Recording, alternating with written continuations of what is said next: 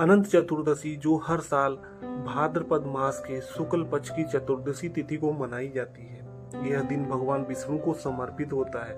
पौराणिक मान्यताओं के अनुसार इस व्रत की शुरुआत महाभारत काल में हुई थी, जब पांडव बहुत कठिन परिस्थितियों में थे।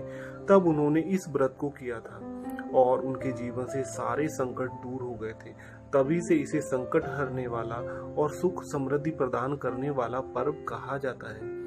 कहा जाता है कि अनंत चतुर्दशी के दिन ही भगवान विष्णु ने 14 लोकों की रचना की थी। इसी दिन उन्होंने अपने 14 रूपों में प्रकट होकर 14 लोकों की रक्षा के लिए संकल्प लिया था। मान्यता यह भी है कि जो भक्त इस दिन व्रत रखता है और भगवान विष्णु की पूजा करता है, उसे धर्म ग्रंथों के अनुसार 14 लोकों में सुख की प्राप्ति होती है।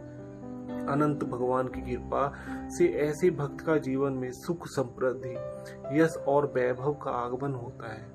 अनंत चतुर्दशी पर व्रत रखने के बाद भगवान विष्णु और माता लक्ष्मी की पूजा की जाती है।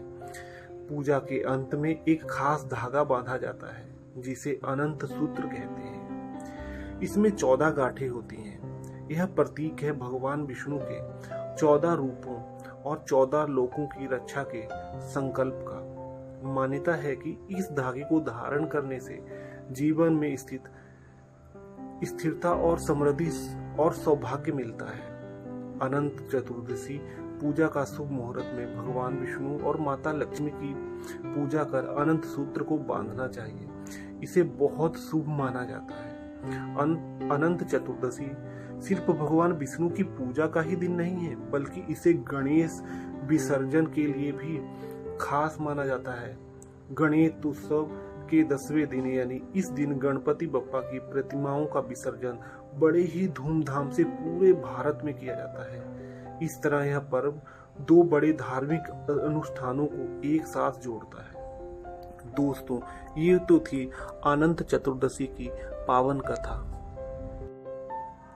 दोस्तों, अगर आपको ये पौराणिक कथा पसंद आई हो तो वीडियो को लाइक जरूर करिएगा, और साथ ही साथ अगर आप ऐसी ही पौराणिक कथाएं सुनना चाहते हैं तो हमारे चैनल को सब्सक्राइब जरूर करिएगा। जय श्री नारायण।